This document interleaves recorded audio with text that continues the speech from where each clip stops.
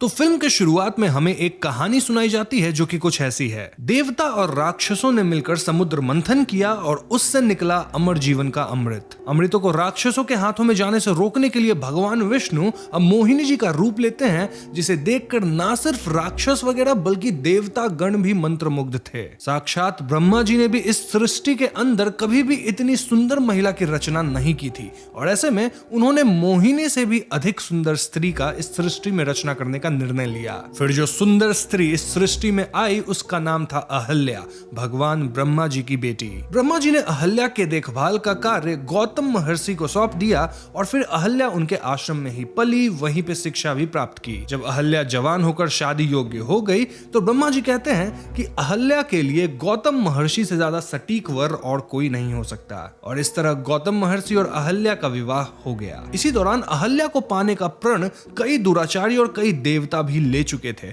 और इनमें से एक भगवान इंद्र भी थे। तो एक बार जब गौतम महर्षि नदी में स्नान करने गए तो इंद्र जी गौतम महर्षि का रूप लेके अहल्या के साथ शारीरिक संबंध बनाए। अपने काम को अंजाम देने के बाद आश्रम से निकलते वक्त गौतम महर्षि वहां आ गए और वो इंद्र जी को पकड़ लिए। वो इंद्र जी को शाप दे दिए, साथ ही अहल्या को भी इस कुकर्म के लिए कोसने लगे। वो अहल्या को भी शाप दिए जिससे अहल्या की सुंदरता खत्म हो जाती है और वो एक मूर्ति में तब्दील हो जाती है। अब इस कहानी को सुनाने के बाद नरेटर कहते हैं कि इसी कहानी से मिलती जुलती एक घटना अजय के गांव शिवकाशी में भी हुई थी। तो यहाँ से सीन अजय पे फोकस करता है जो कि हैदराबाद की एक छोटी सी कंपनी में काम करता है और फिलहाल वो अपने गांव आया है जहां वो अपने दोस्तों के साथ पीने के जुगाड़ में है। अजय एक लोकेशन डिसाइड करता है जहां वो और उसके 3 दोस्त आराम से बैठ के पियेंगे। इन चारों की बातों से हम समझ पाते हैं कि ये लोग ज्यादा पी लेने के बाद नाटक वगैरह करते हैं, लाइक क्रश को कॉल करके प्रपोज करना जबकि कॉल क्रश का बाप उठा लिया हो। और ऐसे ही लफड़ों से बचने के लिए ये लोग गांव से थोड़ी दूर सुनसान जगह पे पीने बैठे थे। अब मजे मजे में हॉरर स्टोरीज की बात उठी जाती है और अजय कहता है कि मैं अपने गांव की एक सच्ची हॉरर स्टोरी तुम सबको सुनाता हूं, लेकिन हॉरर स्टोरी को जानने से पहले तुम लोगों को जिन के बारे में थोड़ा समझना होगा,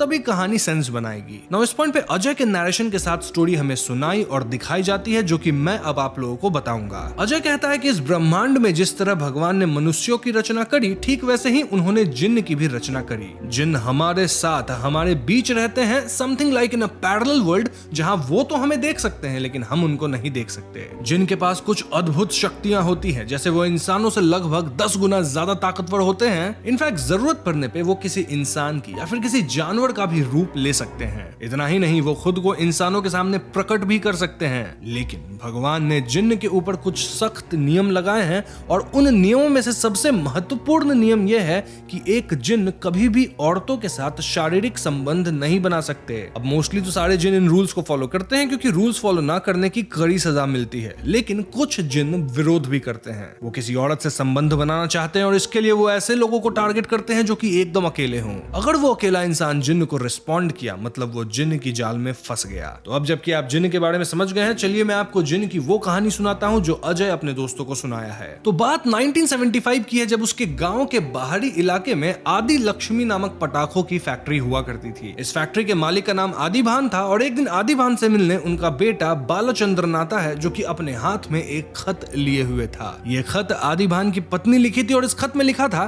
कि आदिभान की पत्नी यानी बालचंद्रन की माँ किसी और के साथ भाग गई है। ये जान के आदिभान को दुख तो होता ही है, साथ ही इसका यंग बालचंद्रन, जिसे हम शॉर्ट में आगे बाला कहेंगे, उस पे भी काफी असर पड़ता है। अब इस गांव में एक नियम था कि जब तक किसी इंसान की पत्नी जीवित है वो दूसरी शादी नहीं कर सकता और ऐसे में आदिभान गांव के ठीक बाहर अपना एक दूसरा घर बनवा लेता है जहां वो एक औरत के साथ रहने लगता है। यहाँ से कहानी 1989 में आ जाती है जब बाला बड़ा हो चुका है और उसके अंदर औरतों को लेके एक नफरत है। क्यों? क्योंकि बचपन में माँ के भाग जाने से ये सेंटीमेंट उसके अंदर डेवलप हो गई थी। इसके बावजूद पिता आदिभान बाला की शादी जबरदस्ती करवा देते हैं और बाला की शादी अलागिनी नामक एक लड़की से होती है जो कि इसी गांव की थी और वो बहुत ज्यादा खूबसूरत थी, लाइक सबसे ज्यादा खूबसूरत, इतनी कि दूसरी औरतें उसकी खूबसूरती से जलती थी। इनफैक्ट एक बार को तो बाला भी शौक में था कि मेरी बीवी कितनी सुंदर है। स्टिल बाला क्लियरली अलागिनी से कह देता है कि मैं तुम्हें नहीं अपना सकता और इसलिए बाला कमरे से बाहर ही सोने लग जाता है। शादी के बाद पटाखों की फैक्ट्री का सारा भार बाला के कंधों पे डाल दिया गया था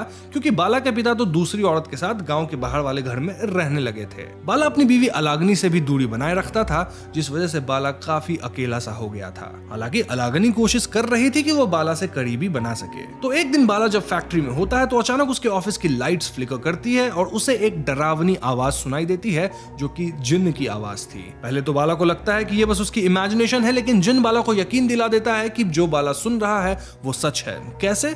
जिन बाला का एक सीक्रेट रिवील करता है जो कि बाला के सिवाय किसी और को पता नहीं था। एंड दैट सीक्रेट वाज कि बाला एक बार अपनी ही फैक्ट्री से 10,000 रुपए चुरा के जुए में हार गया था और फिर वो चोरी का इल्जाम अपने एक एम्प्लॉय पे लगा के उसे निकलवा दिया। अब ये सुन के बाला एकदम डर जाता है और वो फौरन अपने पिता के पास जाके उनको वो चोरी वाली बात बता देता है। बाला के पिता कहते हैं कि ये सब कोई बात नहीं है, तुम फैक्ट्री चलाने पे ध्यान दो और अगर तुमसे फैक्ट्री नहीं चल पाएगी तो छोड़ दो, ये सब काम मैं संभाल लूंगा। अब इन कठोर बातों को सुन के बाला थोड़ा सा हर्ट होता है और शायद इसी वजह से बाला को उस रात इन्हीं चीजों से जुड़ी बुरे सपने आते हैं और ऐसे में अलागनी बाला को काम डाउन करती है। इस पॉइंट पे अलागनी और बाला फिजिकली क्लोज आते हैं और अब बाला को अपनी पत्नी से प्यार हो गया था। बाला अलागनी को बताता है कि अपनी मां के भाग जाने के बाद से ही उसे डरावने सपने आते रहे हैं और वो एकदम अकेला हो गया था, लेकिन अब उसके साथ अलागनी है और वो इससे बहुत खुश है। इनफैक्ट बाला अलागनी से अब तक इतनी दूरी बनाए रखने के लिए माफी भी मांगता है। अब आगे के सीन्स में हम व्यूअर्स को दिखाया जाता है कि कैसे बाला और अलागनी बहुत ज्यादा क्लोज आ गए हैं और एक दिन अलागनी बाला के ऑफिस में उसका खाना लेके आती है।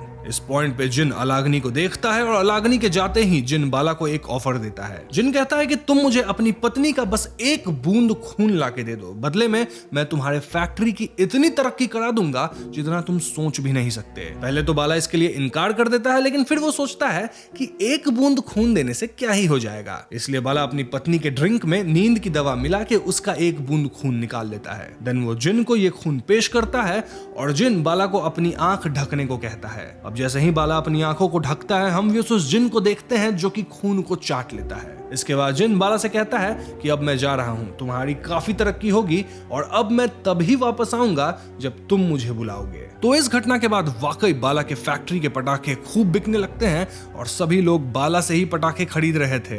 देखते ही देखते बाला काफी तरक्की कर गया। इनफैक्ट वो एक नई फैक्ट्री बनाने के लिए लोन भी ले लिया। बाला के पिता भी कह देते हैं कि तुम तो मुझसे भी बेहतर फैक्ट्री को चला रहे हो। यहाँ बाला और अलागनी भी काफी क्लोज आ चुके थे और अलागनी एक दिन बताती है कि कैसे बचपन में ही वो अपने माता पिता को खो दी थी और उसका भरण पोषण उसके चाचा किए हैं। ये सुन के बाला अलागनी से वादा करता है कि वो उसके सब नखरे उठाएगा और उसको बहुत प्यार देगा, वो प्यार जो शायद अलागनी अपने माँ बाप से कभी नहीं पा सकी। खैर कुछ ही महीनों में दिवाली आने वाली थी और उससे पहले बाला की नई फैक्ट्री तैयार हो चुकी थी। एवरीथिंग वाज परफेक्ट, लेकिन अब बाला के मन में लालच आ चुका था। बाला जिन को वापस बुलाने की गलती कर देता है और वो जिन से कहता है कि मुझे और मुनाफे कमाने हैं, लाइक डबल कमाने हैं और इसके लिए आप मेरी फिर से मदद कर दीजिए। बदले में मैं आपको फिर से अपनी बीवी की एक बूंद खून लाके दे दूंगा। इस बार जिन कहता है कि बेटा मुझे अब तुम्हारी बीवी का खून नहीं बल्कि तुम्हारी बीवी ही चाहिए। ये सुन के बाला चौंक जाता है और तुरंत मना करता है, लेकिन जिन कहता है कि तुम मुझे मना नहीं कर सकते,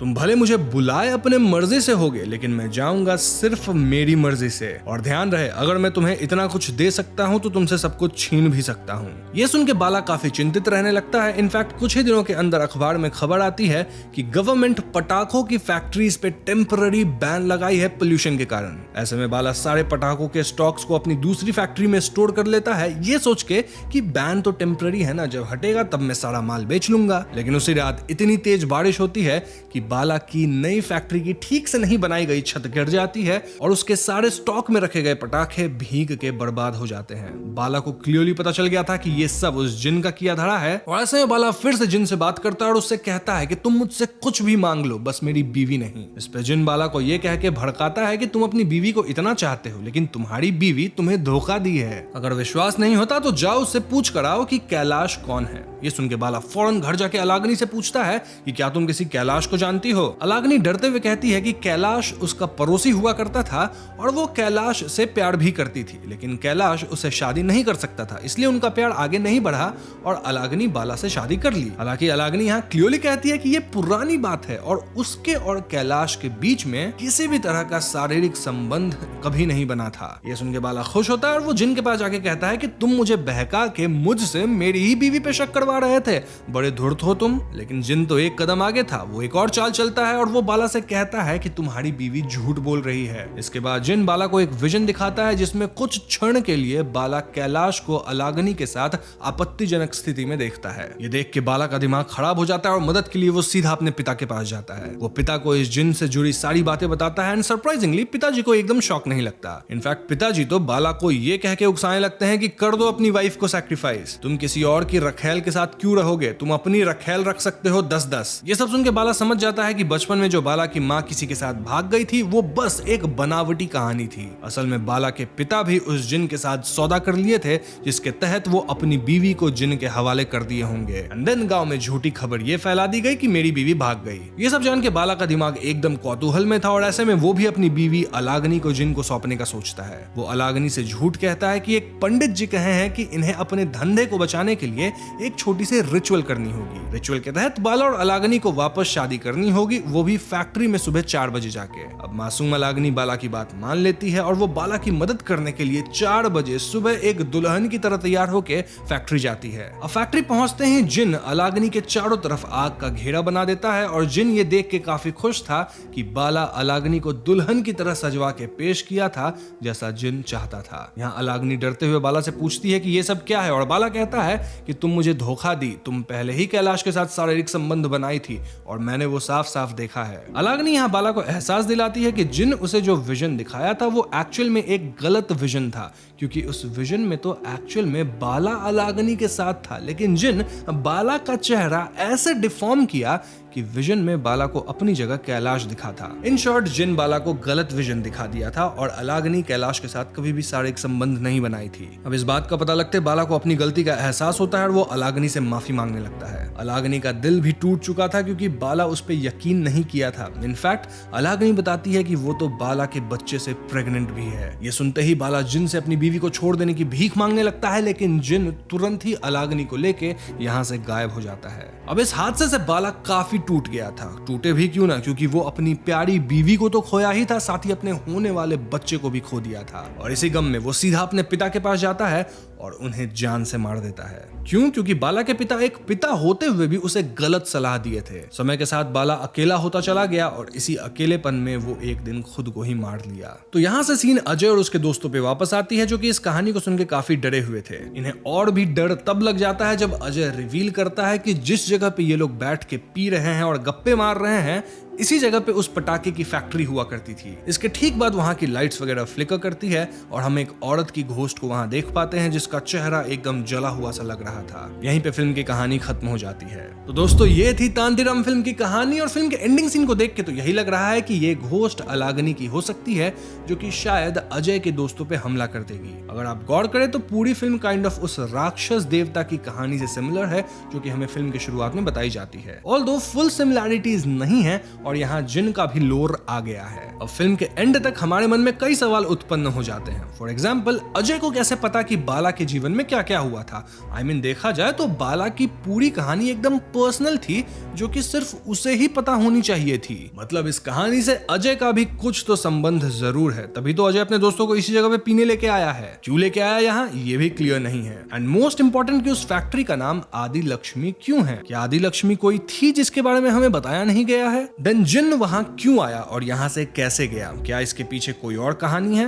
वेल, इन सारे सवालों का जवाब तो हमें तांतीराम फिल्म के चैप्टर 2 में ही मिलेगी और फिलहाल तो वो फिल्म रिलीज नहीं हुई है। तो जब भी वो फिल्म रिलीज होगी मैं अपने चैनल पे उस फिल्म की कहानी को लेकर जरूर आऊंगा। तब तक अगर आपको ये वीडियो पसंद आती है तो वीडियो को लाइक और शेयर करें। साथ ही अगर आपके मन में कोई थियरी है तो कमेंट में लिख दीजिएगा और चैनल पे नए हैं तो हमें सब्सक्राइब भी कीजिएगा, क्योंकि हम अपने चैनल पे ऐसे वीडियोस लाते रहते हैं। पीस।